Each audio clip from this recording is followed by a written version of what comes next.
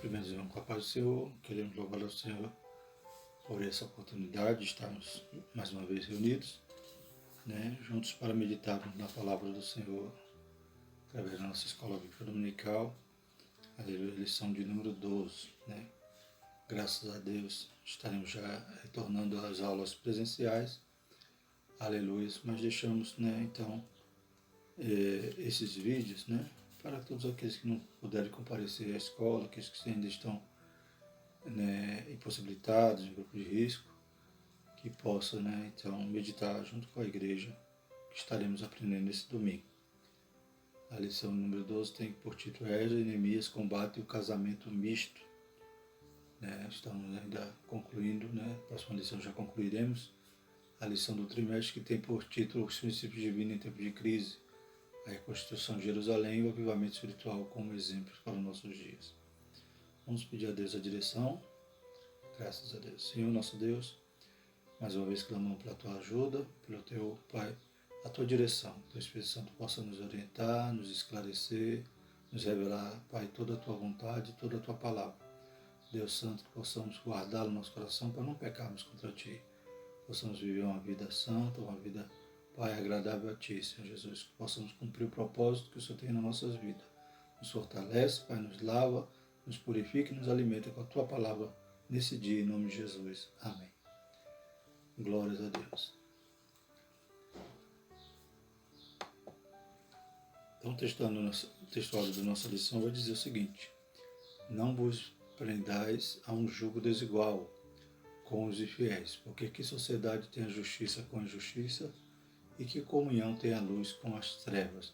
Então, o textuário já nos leva para esse texto aqui do Novo Testamento, demonstrando que nós não podemos então estar com sociedade ou vinculados ao mundo, pois somos o povo santo. A Bíblia vai nos alertar da separação. É claro que a Bíblia diz que Jesus orou por nós, dizendo: não peço que os tire do mundo, mas que os livre. Então nós estamos no mundo, nós temos que fazer, temos que fazer diferença no mundo, temos que ser referenciais, e não misturar-se, pois a Bíblia vai nos alertar até em questão de amizade, em questão de não bem-aventurado o varão que não se assenta às rodas dos escarnecedores. Então a Bíblia sempre vai nos alertar nesse sentido, que nós devemos fazer a diferença e não se acomodar ou se amoldar ao mundo, se conformar com o mundo, se misturar e se parecer com o mundo. Então a gente tem que viver uma vida diferente a partir do momento que nós nascemos de novo, que nós, aleluia, recebemos o Senhor como Salvador, cremos nele e passamos a segui-lo. Louvado seja o nome do Senhor. Então a Bíblia ela vai nos alertar nesse sentido. Glórias a Deus. E o tema que a gente vai estudar nessa lição era o cuidado que Deus tinha com a nação de Israel, para também que eles não se misturassem. Porque o risco de se misturar era perder a identidade, esquecer da sua identidade, esquecer das ordenanças que Deus havia dado. E o pior, acabar praticando os mesmos pecados das outras nações. Então vamos nos aprofundar nesse tema, nos momentos ali que Esdras e Neemias combatem essa situação e aplicar isso de modo prático para a vida espiritual hoje. A verdade prática diz: o lar foi instituído por Deus para ser uma bênção, desde que seja observada a orientação divina na sua formação. Da mesma maneira que o lar judaico representava, aleluia, um modelo em conformidade com a vontade de Deus, e toda vez que nós ouvimos os conselhos de Deus, toda vez que nós colocamos nossos passos na direção da vontade de Deus, nós somos abençoados. O modelo de Deus, o projeto, Deus projetou a família para ser bênção. Glórias a Deus.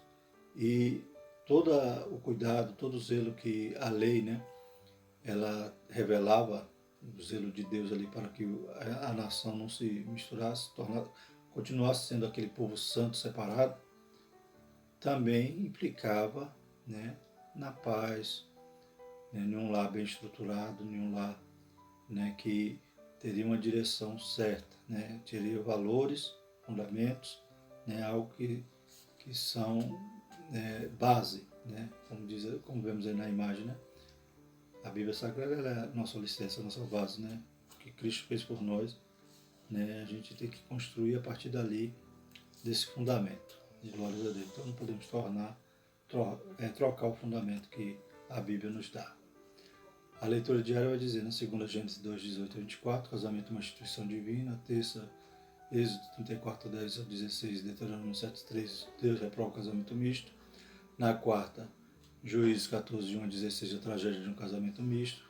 Quinta, Gênesis 24, 38 a 67, um casamento aprovado por Deus. Na sexta, Colossenses 3, 19, Tito 2, 4, o amor à base do casamento.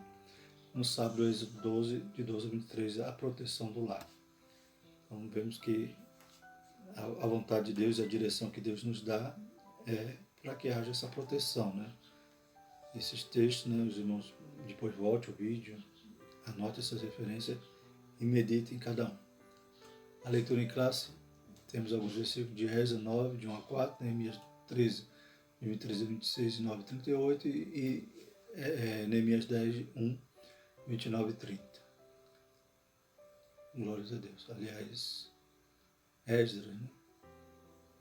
10, 1, 29 a 30. Neemias. Esdras 9.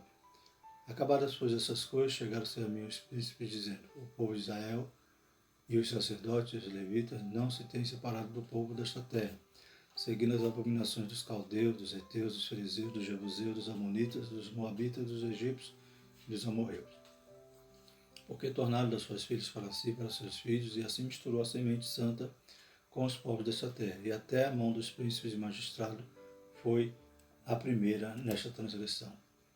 Ouvindo eu tal coisa, rasguei minha veste, meu manto, arranquei os cabelos da minha cabeça e da minha barba, e me assentei atônito. Então se ajuntaram a mim todos os que tremiam das palavras do Deus de Israel, por causa da transgressão do cativeiro, porém eu me fiquei assentado atônito até o sacrifício da tarde. Neemias 13, vi também naqueles dias judeus que tinham casado com mulheres asdoditas, amonitas e moabitas, e seus filhos falavam meio asdodita e não podiam falar judaico, senão segundo a língua de cada povo. Contendi com eles, amaldiçoei, espanquei alguns deles e lhes arranquei os cabelos. E fiz jurar por Deus, dizendo: não dareis mais vossas filhas a seus filhos, e não tomarei mais suas filhas, nem para os vossos filhos, nem para vós mesmos. Porventura não pecou nisso Salomão, rei de Israel, não havendo entre muitas nações rei semelhante a ele, e sendo amado de seu Deus, pondo Deus rei sobre todo Israel, e contudo as mulheres estranhas fizeram pecar. Neemias 9,38, e com tudo isso fizemos um firme concerto, e escrevemos, e selaram os príncipes, os nossos levitas e os nossos sacerdotes. E os que selaram foram Neemias, o Tissata, filho de Recalias e de Ezequias. Neemias 10, verso 1. Verso 29 e 30 diz: firmemente aderiram seus irmãos, os mais nobres, dentre eles, e convieram no anátema e no juramento de que andariam na lei de Deus, que foi dada pelo ministério de Moisés, servo de Deus, e de que guardariam e cumpririam todos os mandamentos do Senhor, nosso Senhor, e os seus juízos e os seus estatutos, e que não daríamos as nossas filhas aos povos da terra, nem tomaríamos as filhas deles para os nossos filhos. Então, o texto vai falar aí no momento de Neemias, né, e antes a esse momento que Esdras também combateu esse problema ali, né, em Judá, né, em Jerusalém. O casamento constitui o elemento de unidade do povo de Deus, por isso o Antigo Testamento proibia a união mista. Então, a gente vê aí que para o judeu, né, depois a gente aplicando isso na prática para hoje também, ele consistia, né, nesse elemento de unidade, né, e proibia, então Deus proibia, o Antigo Testamento proibia a união mista. Essa trazia uma cultura alheia à do povo de Deus e, consequentemente, pecado de idolatria. Israel não poderia ser reconstruído com o perigo de cair novamente na idolatria e violar sua identidade com o povo de Deus. Então Israel tinha ido para o cativeiro exatamente por causa da idolatria, né? Desde os dias lá a partir de Roboão, né, de Jeroboão, lá nas 10 tribos, voltaram a ser as práticas da idolatria, né? Desde o dia de Salomão, pode-se dizer também, que a gente já viu que Salomão pecou por causa exatamente dos casamentos mistos que ele celebrou com as outras nações, né? E acabou pecando, né? Criando altares para suas esposas e ele também adorando, indo atrás da idolatria. Então, se a idolatria foi o maior problema de Israel, né? Além da injustiça, além de todos os outros, né? O abandono da lei, né? Do temor a Deus, né? Mas a idolatria era, né, o principal. Se ela levou o povo a perder tudo, a ser destruído tudo e levá-lo para o cativeiro, né? E agora estão voltando ao cativeiro, voltam a praticar as mesmas coisas. Ou seja, né, estavam voltando, rodeando ali o abismo, né, prontos a cair nos mesmos, né, perigos, nos mesmos deslizes que haviam cometido no passado. Então, como era importante essa condição né, deles se manterem separados das outras nações.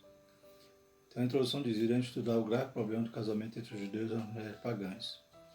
Veremos a energetização de Esdras e de Neemias para solucionar esse problema. E o que a palavra de Deus diz sobre o assunto. O primeiro tópico diz: Esdras e Neemias combate o perigo do casamento misto.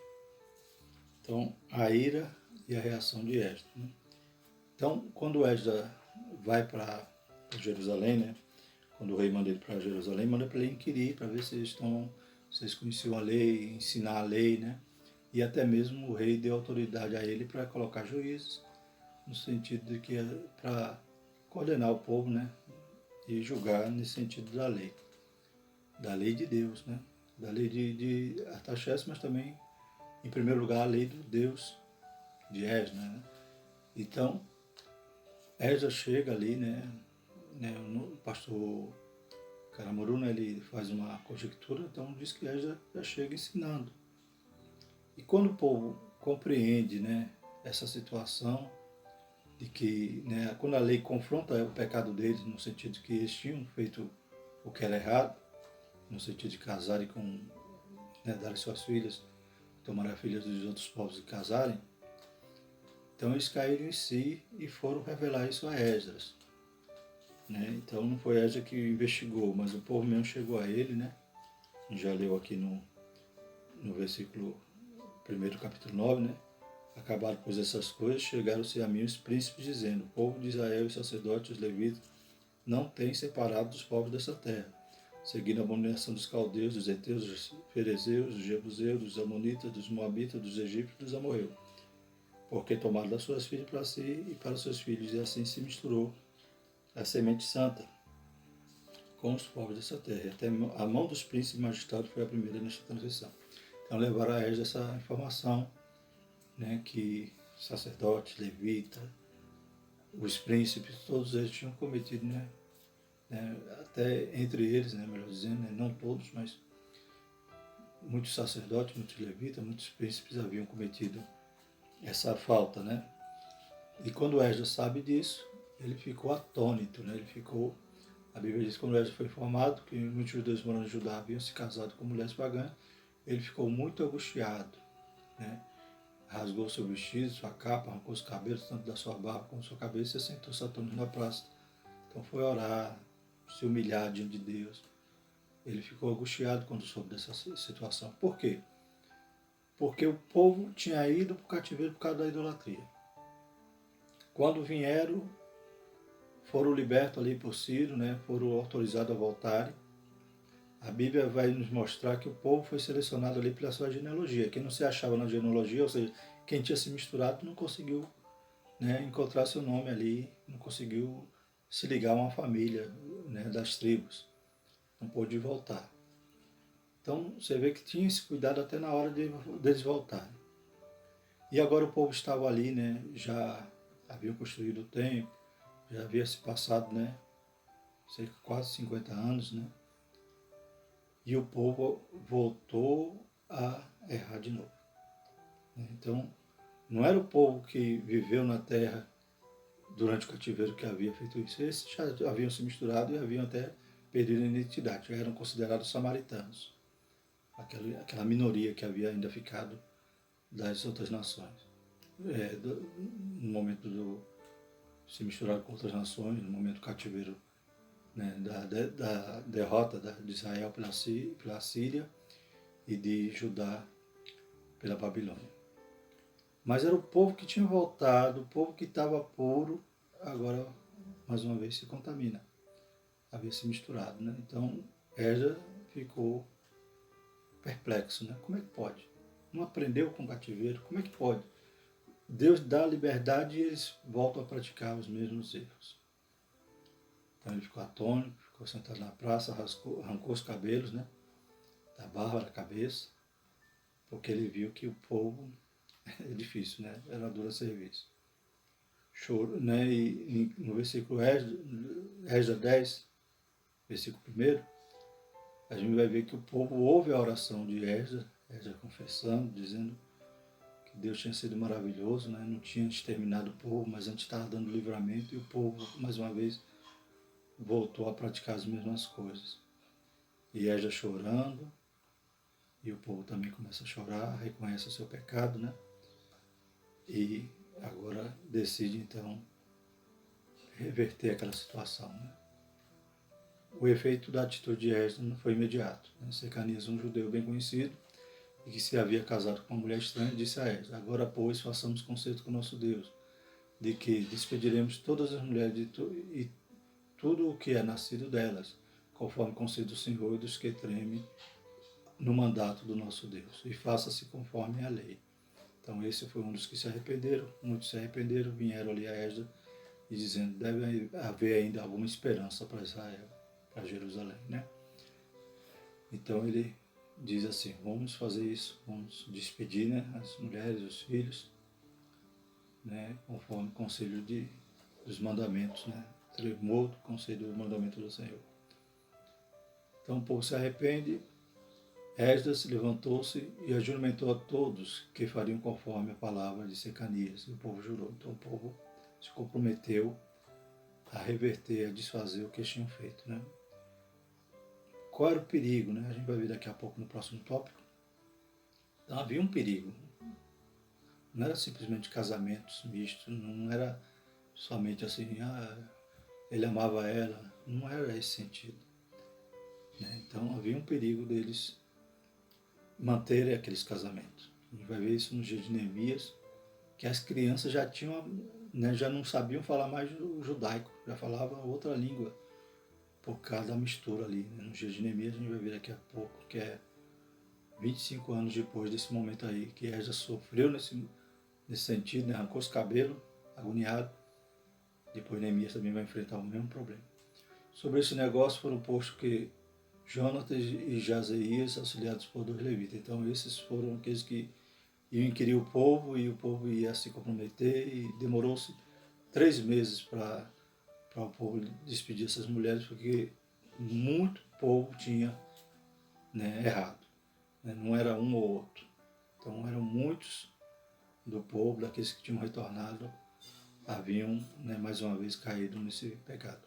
Interessante que também o comentarista, nosso irmão Caramuru, diz assim: quando Satanás ele investe contra o povo de Deus para matar, né, como aconteceu nesses momentos que a gente está estudando, né, desde o momento que eles voltam, que eles vão tentar construir o templo, eles são ameaçados, né, há tanta oposição. Então, quando eles correm o risco de vida, o inimigo não consegue derrotar desse jeito. O inimigo usa uma outra estratégia, que é fazer o povo pecar, né? Então, o inimigo, nossas almas, ele é astuto. Ele sempre vai ter uma arma contra nós.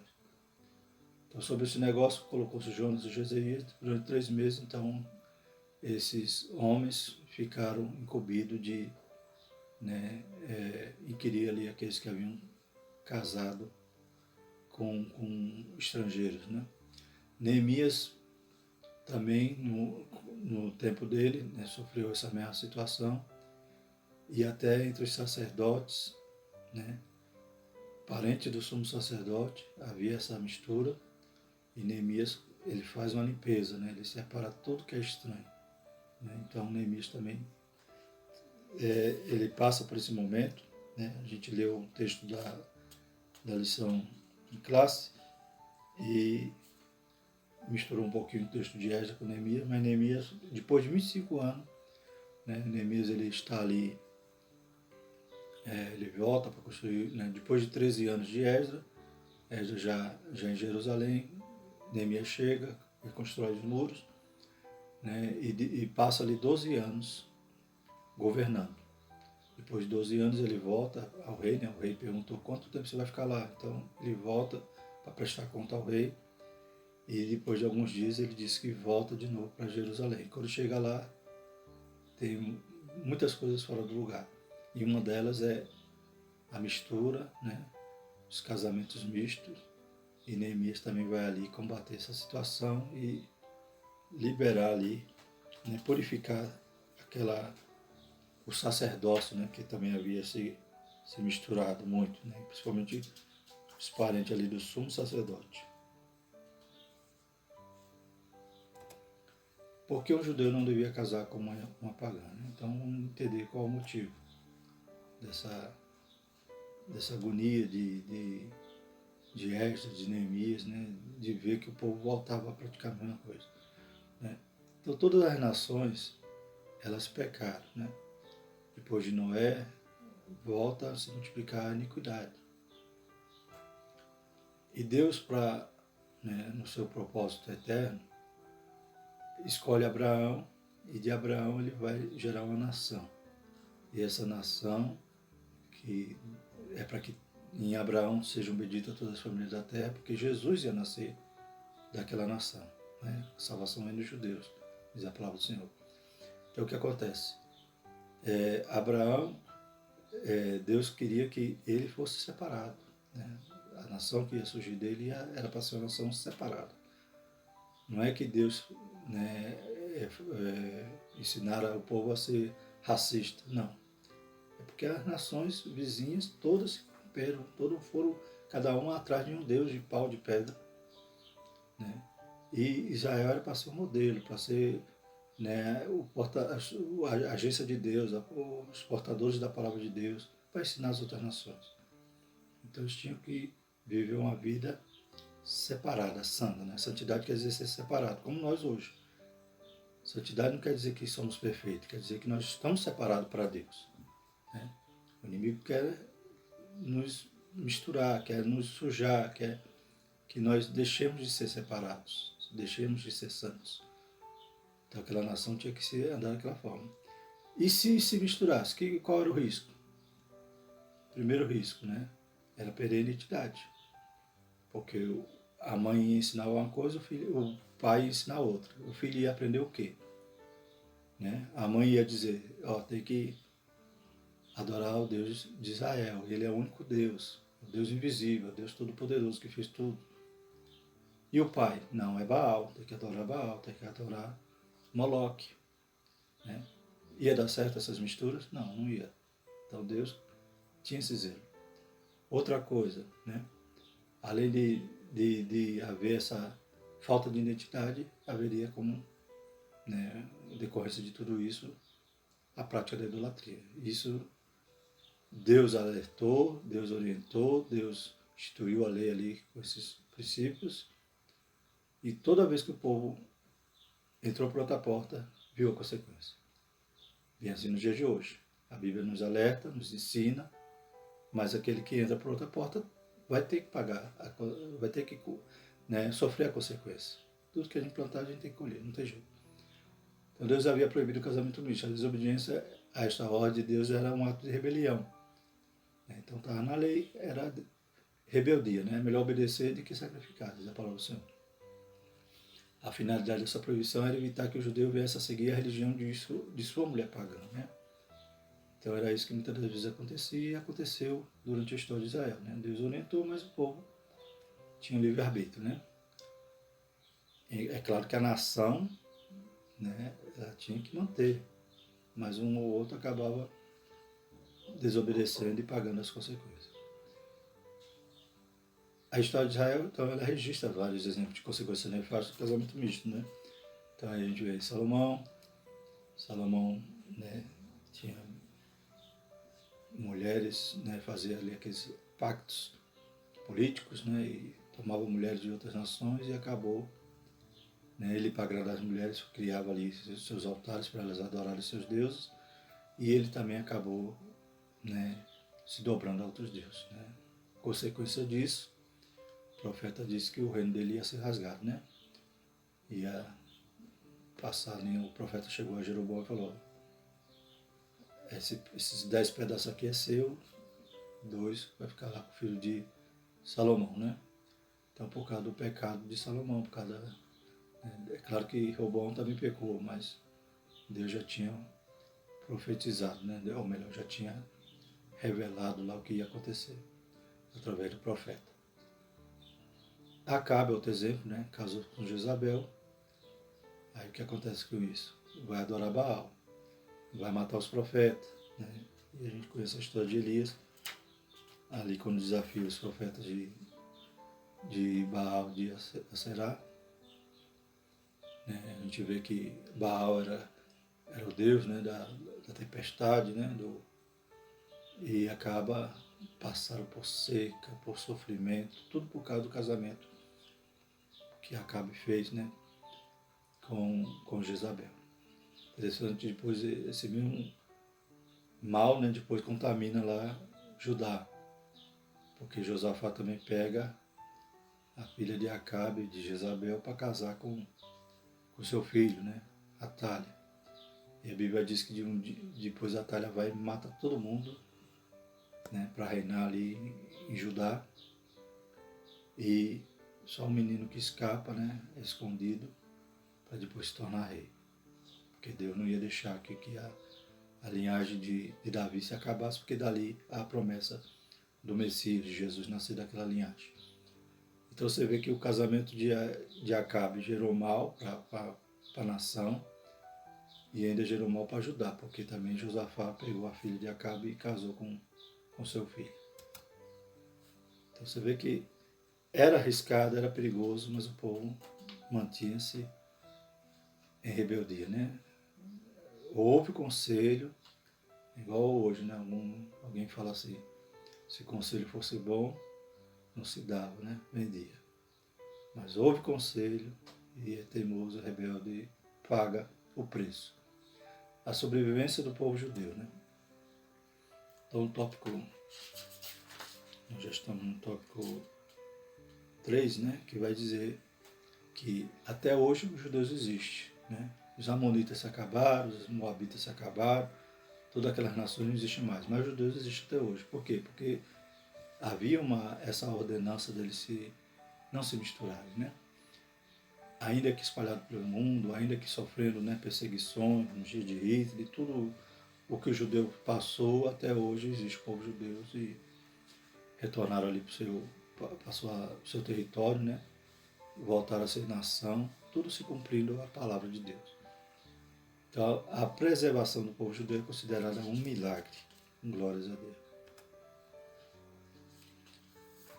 Tópico 4 vai dizer uma palavra final sobre o casamento dos crentes. Então, uma aplicação prática, né, para os nossos dias agora. É interessante que a gente vê lá a agonia de Esdras, de Neemias. No dia de Esdras, arrancou seus cabelos. No dia de Neemias foi lá e arrancou o cabelo do povo. Castigou, surrou, né, porque havia, né, aquela mistura havia feito mal, né. Lá no dia de Neemias, por exemplo, quando Neemias retorna a Jerusalém, né, o sacerdote tinha permitido até que Tobias, né, tinha se aparentado com ele. Tobias, né, Sambalate, que eram os inimigos do povo no momento lá da construção dos muros, já estava aparentado com o sacerdote, com o sumo sacerdote, e já tinha feito lá já estava morando dentro do templo, né? Lá numa das câmaras, que era para ser guardado os dízimos, os grãos, tirou aquela utilidade daquele lugar e formou ali uma câmara para Tobias morar. Né? A Bíblia também diz que o filho do sumo sacerdote, né, era genro de Sabalate. Aí quando Neemias chega, vê aquela bagunça toda e expulsa Tobias, volta a ter a utilidade, aquela câmara que era do templo, para o seu seu uso normal, o seu uso habitual, que era para guardar ali os dízimos, os grãos, né? Volta a assalariar ali os levitas, que já tinham se esquecido deles, e já tinham voltado para a terra para plantar, porque já não tinham mais o seu salário, né? Então, Neemias tem que botar tudo de novo no lugar, porque só foi uns dias que ele saiu e o povo já começa a bagunçar de novo. E os casamentos também que se repetiram, Neemias então purifica ali o sacerdócio e expulsa tudo que é estranho, como diz a palavra do Senhor. Então agora, por que tanto zelo, tanta preocupação nesse sentido? A gente já viu que gerava risco para o povo, né? Deus, ele é zeloso, né? Deus é... A sua lei era maravilhosa, né? Era para cuidar do povo de uma maneira especial. Então, na aula passada a gente falou que como é que pode uma nação no meio do deserto se tornar nação, né? Foi a lei, né? A lei que cercava o povo, que era o ai, né? E essa identidade, essa santidade, né? Que permitiu com que o povo fosse a nação, que quando ouvia dizer, lá vem Israel, as nações tremiam, como Jericó, né? Tremeu, que o povo, os homens se desmaiavam e ninguém saía da cidade com medo, porque vinha ali uma nação forte, um povo santo, um povo poderoso, né? Mas para isso tem que estar na vontade de Deus, fazendo na direção, né, dos conselhos e dos mandamentos de Deus. Então vamos falar sobre o casamento dos dias de hoje. A maior bênção que Deus deu à humanidade foi Jesus Cristo, né, nosso Salvador. Mas no sentido material foi o casamento. Por quê? Porque não é bom que o homem viva só. A Bíblia fala, né? Então a Bíblia, o casamento, ele vai suprir as necessidades do homem de comunhão, né? de companheirismo, né? A necessidade sexual. Então o casamento é a bênção, né? A de procriação, né? Nosso instinto de procriação vai suprir todas essas nossas necessidades. Mas esse casamento tem que estar guardado, né? Tem que estar protegido debaixo da palavra do Senhor. Então a orientação que a Bíblia dá ao crente quanto ao casamento é: e fica livre para casar com quem quiser, contando que seja no Senhor. Então aí é uma orientação lá em 1 Coríntios 7,39, que vai falar da viúva, né? Do viúvo. Ficam livres para casar, né? Quando o marido, a esposa morre, contando que seja no Senhor, né? Então a gente pode tirar esse conselho aí dizendo que é contando que seja no Senhor, que é uma orientação para o viúvo, e é claro que isso aí arremete, né, para a mesma orientação para o solteiro, contando que seja no Senhor. Então o casamento tem que ser no Senhor. Assim como o casamento na direção do Senhor seja a possibilidade de uma felicidade sem limites, o casamento de um crente com uma descrente, com muita probabilidade, será uma infelicidade. Então, né, o avisado vê o mal e se desvia dele. Então é claro que muitos são aqueles que se rebelam, dizem, não, eu quero assim mesmo. Glória a Deus, vai em frente. Mas é claro que vai ter consequência, né? A Bíblia nos mostra todos os percalços, todos os problemas que Israel sofreu, como um modelo, né? Para quando o povo, a família está na orientação de Deus, como é diferente, né? As bênçãos que nos sobrevêm. E também como acontece quando nós nos desviamos da direção de Deus. A gente paga a consequência. Então, eu quero assim mesmo, eu vou assim mesmo, eu sei o que eu estou fazendo, mas vai ter um preço, né? Isso é prático, isso aí não tem como escapar. Casamento é a união total entre o homem e a mulher. Jesus disse, não são mais dois, mas uma só carne, né? Então, é uma união corpo, alma e espírito. Porém, casando seu crente com uma que não é crente, pode naturalmente obter a união do corpo e parte de alma, né? Corpo e vontade, né? Alma. Mas de espírito é difícil, né? Um serve a um Deus, outro serve ao outro, é complicado, né? Então, não é fácil. Quantas irmãs, quantos irmãos sofrem, né? Por ser casado com alguém que não é crente. É claro que quem já é casado, a Bíblia diz que não é para separar, né? Como diz aqui em Coríntios, né? 2 Coríntios. Aliás, 1 Coríntios, né? Capítulo 7, versículo 12 diz assim, mas aos outros digo eu, não o Senhor. Se algum irmão tem mulher descrente e ela consente em habitar com ele, não a deixe. Se alguma mulher tem marido descrente e nele consente em habitar com ela, não o deixe. Então, Paulo está orientando aqui aqueles que já são casados, né? Que estão casados com alguém que não é crente. Não é para separar por causa dessa lição. Porque o marido descrente é santificado pela mulher e a mulher descrente é santificada pelo marido. De outra sorte, os vossos filhos seriam imundos, mas agora são santos. Né? Mas ela sabe o sofrimento que ela passa, ele sabe o sofrimento que ele passa, né? Mas não pode deixar. Né? Casou, agora tem que cumprir, né? O seu compromisso. Mas aquele que pode evitar, que ainda está procurando, ainda está esperando, espere no Senhor. Então, em lugar de um lar cristão com uma viva influência sobre os filhos, forma-se um lar sem definição espiritual. Os filhos estão desprovidos de ajuda espiritual. Né? Como eu falei, um ensina uma coisa, outro ensina outra, e o filho fica no meio, sem saber para onde vai. Aqui em Neemias, no capítulo 13, né? Então, quando a gente vê Neemias enfrentando a mesma situação que Esdras em relação ao casamento misto, né? E já 25 anos depois, a gente vai ver aqui o versículo 23 e 24 diz assim, Neemias 13, 23. Vi também naqueles dias, judeus que tinham casado com mulheres asdoditas, asmonitas e moabitas. E seus filhos falavam meio asdodita, e não podiam falar judaico, senão segundo a língua de cada povo. Então as crianças já não falavam nem judaico, não podiam falar judaico, pois estavam aprendendo outras línguas. Como é que eles iam, né, dar continuidade, né, aos ensinos da lei, da palavra de Deus? Porque a Bíblia dizia que orientava o judeu que era para eles ensinar seus filhos sentado, andando, era para, né, eles davam a educação aos seus filhos. Né? Então, como é que os filhos agora iam crescer, né, com dois sentidos? Né? Tem um ditado que diz, né, um gato com dois sentidos não pega o rato. Então, eles não tinham essa firmeza, não tinham, deixa eu voltar aqui, eles não tinham então o quê? Eles estavam desprovidos da ajuda espiritual, porque um ensinava uma coisa, outro ensinava outra, e não ia funcionar. Isso também se espelha na nossa realidade atual, né? Na prática hoje, também, né, um casamento, quando é desigual, né, o jogo desigual, tende para um lado, tende para o outro, e não tem uma direção certa. Então, qual o conselho? Esperar em Deus. Né? Espere em Deus, é o conselho, né, aqui para o jovem. Né? Espere em Deus, jovem. Uma escolha precipitada, olhando somente para o que está diante de seus olhos, né? Samuel, né?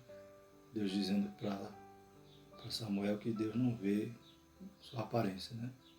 Ele vê o coração, né? Então, se olhar só para os olhos, pode impedir que receba aquele ou aquela que Deus tem preparado para ti. Lá no Salmo 68,6 diz, Deus faz o solitário, que o solitário vive em família. Então, Deus tem uma família preparada para nós, né? Deus tem um plano, Deus tem propósito, né?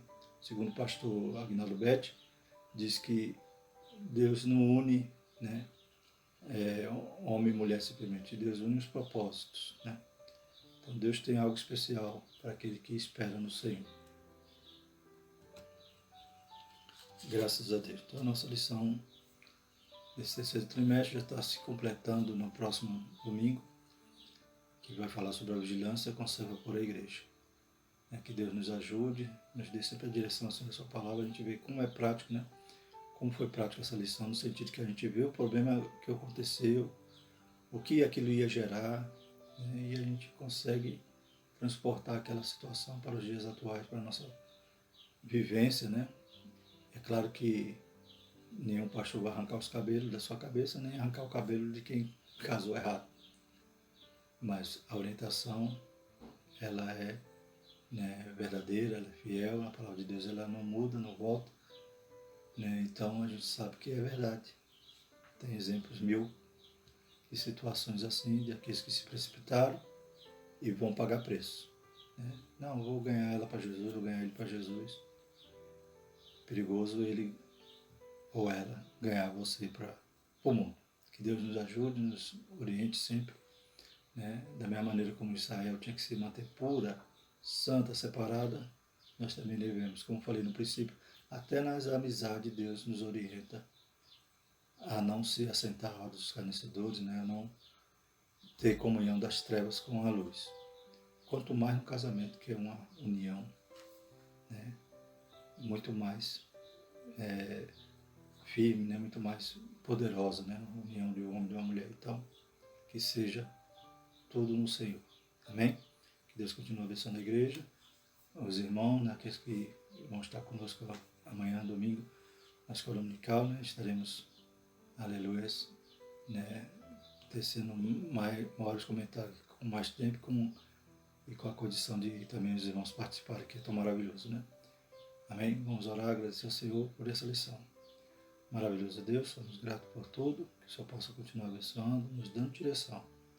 Pai Santo, sabemos que os teus conselhos são maravilhosos e nos levam à bênção, Pai. Os teus caminhos são, aleluia, é o desejo, o plano que o Senhor tem para nós, que nós prosperemos e que sejamos abençoados.